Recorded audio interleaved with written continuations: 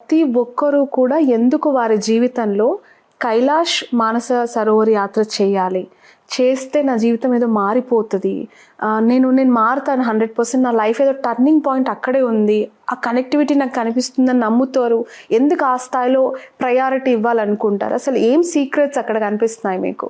Yes అమ్మా, ముందుగా Kailash and Manas Sarovar ఈ రెండు పేర్లు వినిన తర్వాత ప్రతి ఒక్కరికి మీరు ఇందాక చెప్పినటువంటి కాశీ, రామేశ్వరం, శ్రీలంక, నేపాల్ ఇటువంటి యాత్రలు అన్ని యాత్రలలో మనం ఎక్కడ చూసినా సరే ఒక జ్యోతిర్లింగ స్వరూపంగానో శివలింగాకారంలోనో విగ్రహంగానో మనకు స్వామివారు ప్రత్యక్షమై దర్శనమై అభిషేకము లేదంటే హారతి ఇంకొక విధానాల్లో స్వామివారిని మనం చూసి తరించి తిరిగి వచ్చేటువంటి ఒక అనుభూతితో వచ్చేటువంటి ఒక యాత్రలు అయి ఉండొచ్చు. ఇవన్నీ రాజు లాంటి యాత్రలు అయితే దీనికి నెక్స్ట్ లెవెల్ యాత్ర.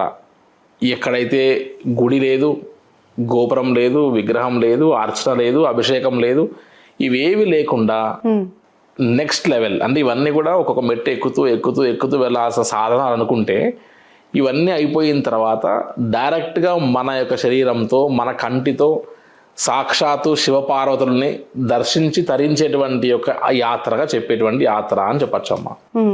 అసలు కైలాష్ అండ్ మానస్ సరోవర్ ఈ రెండు పేర్లు వినగానే ఏంటి అసలు దీని ఇతిహాసం, పురాణం, దీని బ్యాక్ ఎండ్ ఒకసారి మనం గమనిస్తే ఒక శ్లోకం మనకు మహాన్యాసంలో అభిషేకం చేసేటప్పుడు చెప్తారమ్మా.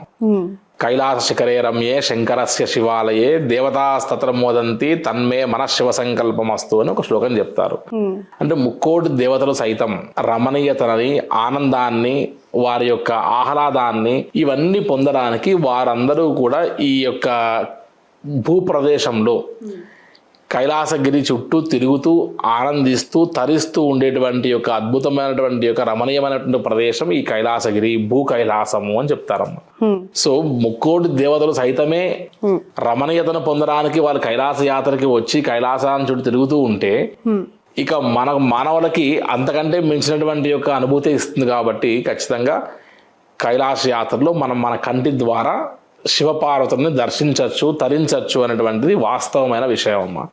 అండ్ మానస సరోవరం బ్రహ్మ మనస్సులో నుంచి ఉద్భవించినటువంటి యొక్క సరోవరంగా మనకు పంచ సరోవరాలు ఉన్నప్పటికీ కూడా ముఖ్యమైనటువంటి ఒక సరోవరంగా మనకు ఈ యొక్క బ్రహ్మ మానస పుత్రికైనటువంటి మానస సరోవరంలో ముక్కోటి దేవతలు సైతం పుణ్యస్నానాన్ని ఆచరించడానికి నక్షత్ర రూపంలో జ్యోతి స్వరూపంలో వచ్చి తరించి చివరికి మన యొక్క జీవితంలో ఒక్కసారైనా సరే ఆ నీటిని ప్రోక్షణ చేసుకున్నా చాలు అనేటువంటి విధంగా తరించేటువంటి యొక్క వ్యవహారం అక్కడ మనం గమనిస్తూ వస్తాం.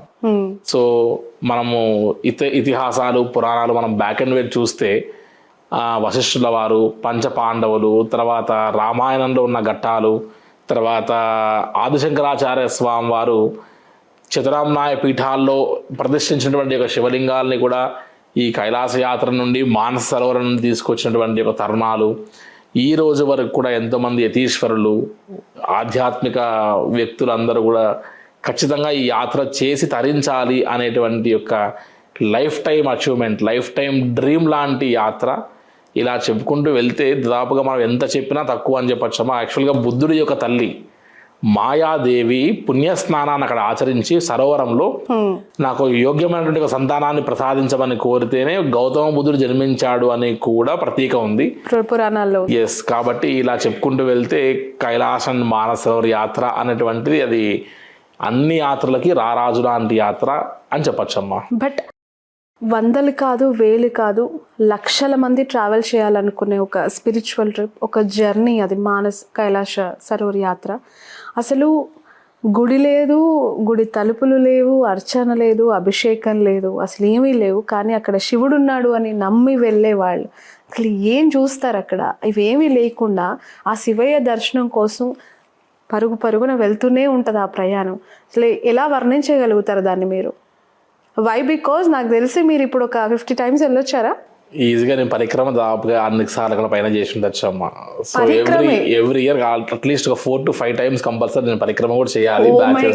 ఎన్ని కిలోమీటర్స్ పరిక్రమ? ఆల్మోస్ట్ ఒక ఫస్ట్ డే 14, 20, ఒక 6 అంటే మొత్తం 48 to 49 kilometers ఉంటుంది అప్రాక్స్ గా. ఓ మై గాడ్. సో అది పెద్ద కష్టమైనది కాదు, ఈజీగా చేయొచ్చు. సబ్ కాన్షియస్ మైండ్ గట్టిగా మనం తప్పిస్తే అమ్మ. మీరు ఇందాక అడిగినట్టుగా కైలాస యాత్రలో గుడి గోపురం తలుపులు వ్యవహారం అర్చన అభిషేకం ఏమీ లేదు. ఇవన్నీ కూడా ఏ దాని కోసం చేయాలి? మన మైండ్లో మన మనసులో స్వామివారి పట్ల మన యొక్క శ్రద్ధా భక్తిని నిమగ్నం చేయడానికి కోసమే తప్ప ఇవేవి కూడా మనకు స్వామివారిని చేర్చడానికి కావాల్సిన మార్గాలు దారులు తప్ప అక్కడికి వెళ్ళిన తర్వాత అన్నిటికంటే గొప్పదైనటువంటి ఒక పూజ ఏదన్నా ఉంది అంటే అది మనో పూజ అన్నది చెప్తారమ్మా. సో ఇలా మనం ఒకసారి గమనిస్తే ఈ యొక్క యాత్రలో మానసరోవరం నుంచి మొదలు పెడితే రాక్షస్థలం నుంచి మొదలు పెడితే ఎక్కడ చూసినా సరే మనకు అన్ని కొండల మధ్యలో స్వామివారు భస్మంతో అభిషేకించి అలంకరించి అలా కూర్చోబెట్టినటువంటి ఒక విగ్రహంగా. చుట్టుపక్కల అన్ని కొండలు ఉంటాయి, అన్ని కొండల పైన మంచు ఉండాలి, కానీ ఒక కొండ మాత్రమే మంచు కొండగా కనబడుతూ ఆ ఒక కొండలో మాత్రమే ఓంకారాల రూపంలో నామాల రూపంలో కళ్ళ రూపంలో మెట్లు ద్వారాలన్నీ కూడా కనబడేటువంటి ఒక రూపంలో ఎవరెవరికి ఎలా చూస్తే ఆయా భావంలో కనిపించేటువంటి ఒక అద్భుతమైనటువంటి ఒక దర్శనం ఇచ్చేటువంటి కొండ ఒకటే అయి ఉంటది.